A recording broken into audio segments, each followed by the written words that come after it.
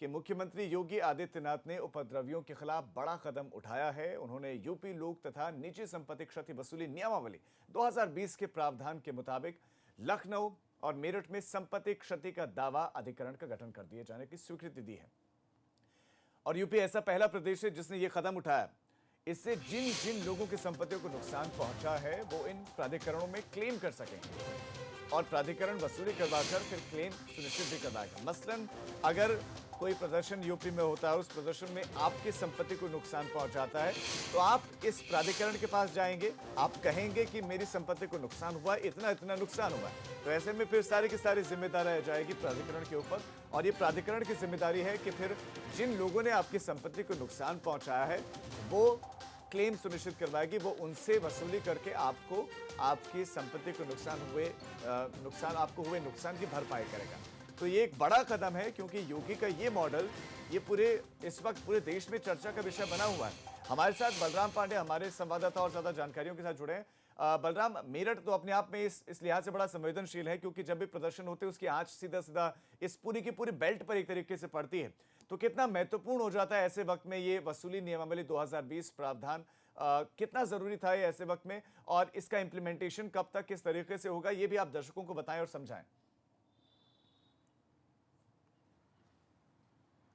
देखिए राजीव, जिस तरीके से सीए के विरोध में पूरे प्रदेश में हिंसा भड़की थी, दंगा हुआ था, उसमें सरकारी और निजी संपत्तियों की क्षति हुई थी, तोड़फोड़ हुई थी, उसको लेकर के मुख्यमंत्री जी ने साफ कह दिया था कि जिन्होंने ये क्षति पहुंचाई है उसकी वसूली उन्हीं से होगी। और ये साफ मैसेज उन दंगाइयों को, उन उपद्रवियों को दिया था कि अगर आपने इस तरीके का कृत्य किया है तो उसकी भरपाई आपसे ही की जाएगी। और यही वजह है कि संपत्ति क्षति वसूली अधिनियम 2020 के तहत इसको मंजूरी दी गई है, जिसमें जो संपत्ति क्षति दावा अधिकरण जो डिपार्टमेंट है उसका गठन किया गया है। पहला जो दफ्तर है वो लखनऊ में बनाया जा रहा है, जहां पर कानपुर, अयोध्या, लखनऊ, प्रयागराज समेत पूर्वांचल के जो जिले हैं वहां पर वसूली के लिए अपना दावा पेश कर सकते हैं। साथ ही पश्चिमी उत्तर प्रदेश के मेरठ में दूसरा दफ्तर बनाया जा रहा है, जहां आगरा और मथुरा से लेकर के नोएडा, बुलंदशहर, गाजियाबाद, मेरठ से लेकर सहारनपुर तक के लोग अपना दावा पेश कर सकते हैं।